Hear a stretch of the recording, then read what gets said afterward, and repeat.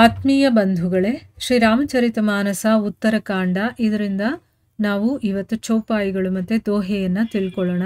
ಯಹ ಪ್ರತಾಪ್ ರಬಿ ಜಾಕೆ ಉರ್ ಜಬ್ ಕರಯಿ ಪ್ರಕಾಶ್ ಪಛಿಲೆ ಬಾಢಹಿ ಪ್ರಥಮ ಜೆ ಕಹೆ ते पावहि नास ब्रातन्ह सहित रामु एक बारा संग परम प्रिय पवन कुमारा सुंदर उपबन देखन गए सब तरु कुसुमित पल्लव नये जानी समय सनकादिक आये तेज पुंज गुण सील सुहाये ब्रह्मानंद सदा लयलीना देखत बालक बहुकालीना रूप धरे जनु चारिवु बेदा समदरसी मुनि बिगत विभेदा आसा बसन व्यसन यह तिन्हहि रघुपति चरित होई तह सुनहि तहाँ रहे सनकादि भवानी जह घट संभव मुनिबर ज्ञानी राम कथा मुनिबर बहुबरनी ज्ञान जोनी ಪಾವಕ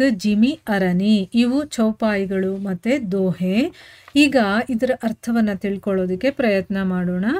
ತುಳಸಿದಾಸರು ಹೇಳ್ತಾರೆ, ಕಾಕಭೂಷುಂಡಿಯವರು ಪಕ್ಷಿರಾಜ ಗರುಡನಿಗೆ ಹೇಳ್ತಾರೆ, ಶ್ರೀರಾಮನ ಈ ಒಂದು ಸೂರ್ಯೋದಯ ಅನ್ನೋದಾದಾಗ 3 ಲೋಕಗಳಲ್ಲೂ ಕೂಡ ಪ್ರಕಾಶಮಾನವಾಗಿಬಿಡುತ್ತೆ. ಅದರಿಂದ ಏನಾಯಿತು, ಕೆಲವರಿಗೆ ಸುಖ ಆಯಿತು, ಕೆಲವರಿಗೆ ದುಃಖ ಆಯಿತು. ಯಾರ್ಯಾರಿಗೆ ಸುಖ ಆಯಿತು, ಯಾರ್ಯಾರಿಗೆ ದುಃಖ ಆಯಿತು ಅನ್ನೋದನ್ನೆಲ್ಲ ತುಳಸಿದಾಸರು ಹೇಳಿದ್ರಲ್ವಾ.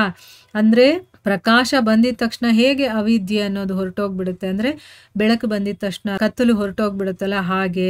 ಮತ್ತು ಪಾಪಗಳನ್ನು ಗೂಬೆಗೆ ಹೋಲಿಸಿ ಗೂಬೆಗಳೆಲ್ಲ ತಲೆಮರೆಸ್ಕೊಂಡು ಆಮೇಲೆ ಕಾಮಕ್ರೋಧಗಳೆಲ್ಲ ಮುದುಡ್ಕೊಂಡ್ಬಿಡುತ್ತೆ.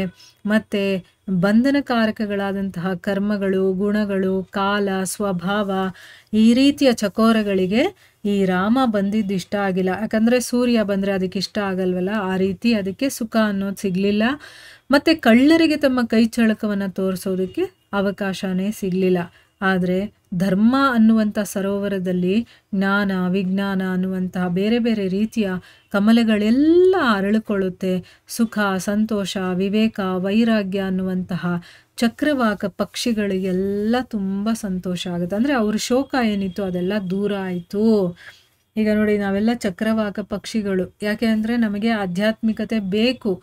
ಇವಾಗ ನಮಗೆ ಭಗವಂತನ ಈ ಲೀಲೆಯನ್ನು ಕೇಳ್ತಾ ಕೇಳ್ತಾ ಭಗವಂತ ನಮ್ಮ ಹೃದಯದಲ್ಲಿ ಮನೆ ಮಾಡ್ತಾ ಇದ್ದಾನೆ.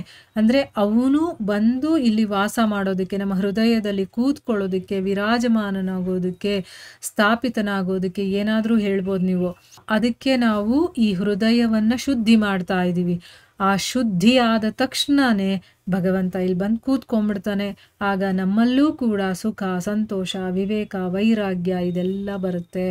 ನಮ್ಮಲ್ಲಿ ಯಾವ ಕೆಟ್ಟ ದುರಾಲೋಚನೆಗಳು ಇರೋದಿಲ್ಲ. ಬರೀ ಭಗವಂತನ ಸ್ಮರಣೆ, ಆ ಸಚ್ಚಿದಾನಂದ ಬಂದು ನಮ್ಮ ಹೃದಯದಲ್ಲಿ ವಾಸ ಮಾಡಿದಾಗ ಆ ಸಚ್ಚಿದಾನಂದ ಅಂದರೆ ಏನು ಅನ್ನೋದು ನಮಗೆ ಗೊತ್ತಾಗುತ್ತೆ. ಅದರ ಅನುಭವ ನಮಗಾಗುತ್ತಲ್ವ. ಆ ಒಂದು ಕ್ಷಣಕ್ಕೆ ನಾವು ಇದೆಲ್ಲ ಮಾಡ್ತಾ ಇರುವಂಥದ್ದು. ನಾವಿನ್ನೂ ಈಗ ಒಂದು ಹೆಜ್ಜೆ ಇಟ್ಟಿದ್ದೀವಿ, ಇನ್ನೂ ಬೇಕಾದಷ್ಟು ಹೆಜ್ಜೆಗಳಿದೆ. ಆದರೆ ಹಾಗನ್ಬಿಟ್ಟು ನಾವು ಕುಗ್ಗೋದು ಬೇಡ. ಯಾಕಂದರೆ ಒಂದು ಸ್ಟೆಪ್ ಆದಮೇಲೆ ಇನ್ನೊಂದು ಸ್ಟೆಪ್, ಇನ್ನೊಂದು ಸ್ಟೆಪ್ ಆದಮೇಲೆ ಇನ್ನೊಂದು ಸ್ಟೆಪ್, ನಿಧಾನಕ್ಕೆ ಹತ್ತಾ ಹೋದಾಗ ಆ ಕೊನೆಯನ್ನು ನಾವು ಒಂದಲ್ಲ ಒಂದಿನ ಮುಟ್ತೀವಿ ಅಲ್ವಾ. ಮುಂದುವರೆದು ಹೇಳ್ತಾರೆ, ಶ್ರೀರಾಮ ಪ್ರತಾಪರೂಪಿಯಾದಂತಹ ಸೂರ್ಯ ಯಾರ ಹೃದಯದಲ್ಲಿ ನೆಲೆಸಿರ್ತಾನೋ ಅವರಲ್ಲಿ ಹಿಂದೆ ಹೇಳಿರೋ ಹಾಗೆಯೇ ಧರ್ಮ, ಜ್ಞಾನ, ವಿಜ್ಞಾನ, ಸುಖ, ಸಂತೋಷ, ವೈರಾಗ್ಯ, ವಿವೇಕ ಇದೆಲ್ಲ ಹೆಚ್ಚುತ್ತೆ. ಅವಿದ್ಯೆ, ಪಾಪ, ಕಾಮ, ಕ್ರೋಧ, ಕರ್ಮ, ಕಾಲ, ಸ್ವಭಾವ ಇದೆಲ್ಲ ನಾಶ ಆಗುತ್ತೆ. ಈಗ ಭಗವಂತ ನಮ್ಮ ಹೃದಯದಲ್ಲಿ ಬರಬೇಕು, ಯಾಕೆ ಅನ್ನೋದು ಗೊತ್ತಾಯ್ತಾ? ಅವನು ಬಂದರೆ ಏನಾಗುತ್ತೆ ಅನ್ನೋ ಒಂದು ವಿವರಣೆಯನ್ನು ಇಲ್ಲಿ ತುಳಸಿದಾಸರು ಹೇಳಿದ್ದಾರೆ. ಈಗ ಮುಂದುವರೆದು ಹೇಳ್ತಾರೆ, ಒಂದ್ಸರಿ ಶ್ರೀರಾಮ ತನ್ನ ಸೋದರರ ಸಮೇತ ತನ್ನ ಪರಮ ಪ್ರಿಯ ಹನುಮಂತನನ್ನು ಕೂಡ ಜೊತೆಯಲ್ಲಿ ಸೇರಿಸ್ಕೊಂಡು ಸುಂದರವಾದಂತಹ ಒಂದು ಉಪವನವನ್ನು ನೋಡೋದಕ್ಕೆ ಹೋಗಿದ್ದ. ಅಲ್ಲಿ ವೃಕ್ಷಗಳೆಲ್ಲ ಸಮಶೋಭಿತವಾಗಿದ್ವು. ಅಂತಂದರೆ ಎಲ್ಲವೂ ಒಂದೇ ಥರ ತುಂಬ ಚೆನ್ನಾಗಿತ್ತು. ಆಮೇಲೆ ಹೊಸ ಹೊಸ ಪಲ್ಲವಗಳಿಂದ, ಹೊಸ ಹೊಸ ರೀತಿಯಿಂದ, ಹೊಸ ಹೊಸ ಹೂಗಳು, ಇದರಿಂದ ರಮಣೀಯವಾಗಿತ್ತು. ಅದು ಸರಿಯಾದ ಸಮಯ ಅಂತ ತಿಳ್ಕೊಂಡು ಸನಕಾದಿ ಮಹಾಮುನಿಗಳು ಅಲ್ಲಿಗೆ ಆಗಮಿಸ್ತಾರೆ. ಅವರು ತೇಜೋಪುಂಜರು, ಸದ್ಗುಣಶೀಲ ಸಂಪನ್ನರು, ಯಾವಾಗಲೂ ಬ್ರಹ್ಮಾನಂದದಲ್ಲಿ ಮಗ್ನರಾಗಿರುವಂಥವ್ರು, ಅದರಲ್ಲೇ ಮುಳುಗಿರ್ತಾರೆ, ಬ್ರಹ್ಮಾನಂದದಲ್ಲಿ ಇರ್ತಾರೆ.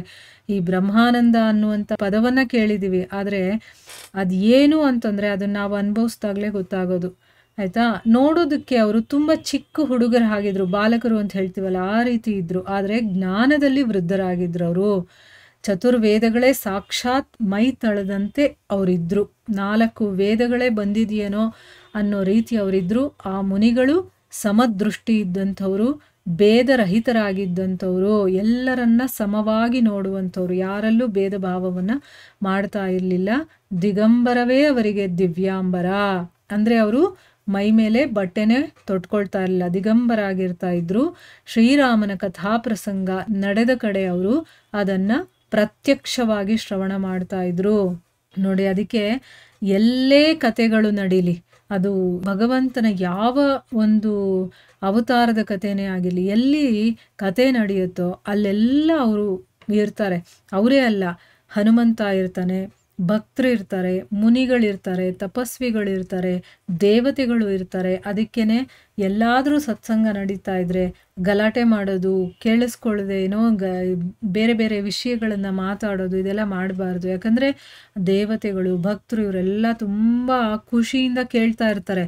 ನಾವು ಗಲಾಟೆ ಮಾಡ್ತಾ ಇದ್ರೆ ಅದು ಚೆನ್ನಾಗಿರೋದಿಲ್ಲ ಅಲ್ವಾ? ನಾವು ಕೂಡ ಭಗವಂತನ ಲೀಲೆಗಳನ್ನು ಕೇಳೋದ್ರಲ್ಲಿ ನಮ್ಮನ್ನು ನಾವು ತೊಡಗಿಸ್ಕೊಳ್ಬೇಕು, ನಮ್ಮ ಮನಸ್ಸನ್ನು ಅಲ್ಲೇ ಇಟ್ಕೊಂಡು ಕೇಳಬೇಕೆ ಹೊರತು ಅಕ್ಕಪಕ್ಕ ಎಲ್ಲೂ ಮಾತಾಡೋದಕ್ಕೆ ಹೋಗಬಾರ್ದು. ಸೊ ಅದಕ್ಕೆ ನೋಡಿ, ಇಲ್ಲಿ ತುಳಸಿದಾಸರೇ ಹೇಳ್ತಾ ಇದ್ದಾರೆ, ಎಲ್ಲೆಲ್ಲಿ ಕತೆ ಇರ್ತಾ ಇತ್ತೋ ಅಲ್ಲಿ ಸನಕಾದಿ ಮುನಿಗಳು ಬಂದು ಕೇಳ್ತಾರೆ ಅಂತ ಹೇಳ್ತಾರೆ. ಅಷ್ಟೇ ಅಲ್ಲ, ಎಲ್ಲೆಲ್ಲಿ ಆ ಭಗವಂತನ ಕತೆ ನಡೆಯುತ್ತೋ ಅಲ್ಲೆಲ್ಲ ಹನುಮಂತ ಇರ್ತಾನೆ, ಭಕ್ತರು ಇರ್ತಾರೆ, ದೇವತೆಗಳಿರ್ತಾರೆ. ಅದಕ್ಕೋಸ್ಕರನೇ ನಾವು ಕಥಾ ಪ್ರಸಂಗ ಎಲ್ಲಿ ನಡೆಯುತ್ತಾ ಇರುತ್ತೋ ಅಲ್ಲಿ ಸೈಲೆಂಟಾಗಿ ಕೇಳಿಸ್ಕೊಳ್ಬೇಕು ಅಷ್ಟೇ. ಇಲ್ಲಿ ಅವ್ರೇನು ಹೇಳ್ತಾ ಇದ್ದಾರೆ, ರಾಮನ ಕಥಾ ಪ್ರಸಂಗ ಎಲ್ಲೆಲ್ಲಿ ನಡೆಯುತ್ತೋ ಅದನ್ನು ಪ್ರತ್ಯಕ್ಷವಾಗಿ ಹೋಗಿ ಅವರು ಶ್ರವಣ ಮಾಡ್ತಾ ಇದ್ರು. ಇದು ಅವ್ರ ಸ್ವಭಾವ ಅಂತ ಅಂದ್ಬಿಟ್ಟು ಇಲ್ಲಿ ಹೇಳ್ತಾ ಇದ್ದಾರೆ. ಶಿವ ಹೇಳ್ತಾನೆ, ಎಲೆ ಭವಾನಿ, ಸನಕಾದಿ ಮುನಿಗಳು ಅಗಸ್ತ್ಯರ ಬಳಿಯಿಂದ ಬರ್ತಾ ಇದ್ರು. ಅಗಸ್ತ್ಯರು ಅವರಿಗೆ ಶ್ರೀರಾಮನ ಕಥೆಯನ್ನು ಬೇರೆ ಬೇರೆ ರೀತಿಯಿಂದ ವರ್ಣನೆ ಮಾಡಿ ಹೇಳಿದ್ರು. ಅರಣಿಯಿಂದ ಅಗ್ನಿ ಉತ್ಪನ್ನವಾಗುವ ಹಾಗೆ ಶ್ರೀರಾಮನ ಕಥೆಗಳು ಜ್ಞಾನೋದಯವನ್ನು ಉಂಟು ಮಾಡುವಂಥದ್ದು. ನೋಡಿ, ಇಲ್ಲಿ ಅರ್ಥ ಮಾಡ್ಕೋಬೇಕು ನಾವು. ಈಗ ಒಂದು ಸೌದೆಯಲ್ಲಿ ಅಗ್ನಿ ಇರುತ್ತೆ ಅಲ್ವಾ, ಆಲ್ರೆಡಿ ಅದರಲ್ಲಿರುತ್ತೆ, ಅದಕ್ಕೆ ಬೆಂಕಿ ತಗ್ಲಿದ ತಕ್ಷಣವೇ ಆ ಸೌದೆ ಉರಿಯುತ್ತೆ ಅಲ್ವಾ? ಅದೇ ರೀತಿ ರಾಮನ ಕಥೆಗಳನ್ನು ಕೇಳ್ತಾ ಇದ್ದಾಗ ನಮ್ಮಲ್ಲಿ ಜ್ಞಾನ ಇದೆ, ಅದು ಉದಯವಾಗುತ್ತೆ. ಆಲ್ರೆಡಿ ನಮ್ಮೊಳಗಡೆ ಭಗವಂತನ ಎಲ್ಲ ಜ್ಞಾನವೂ ಇದೆ.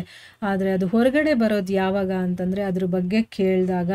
ಯಾಕೆ? ನಮ್ಮಲ್ಲಿ ಮಾಯೆ ಆವರಿಸಿರೋದ್ರಿಂದ ನಾವು ಅದನ್ನು ಮರ್ತಿರೋ ಹಾಗಿದ್ದೀವಿ.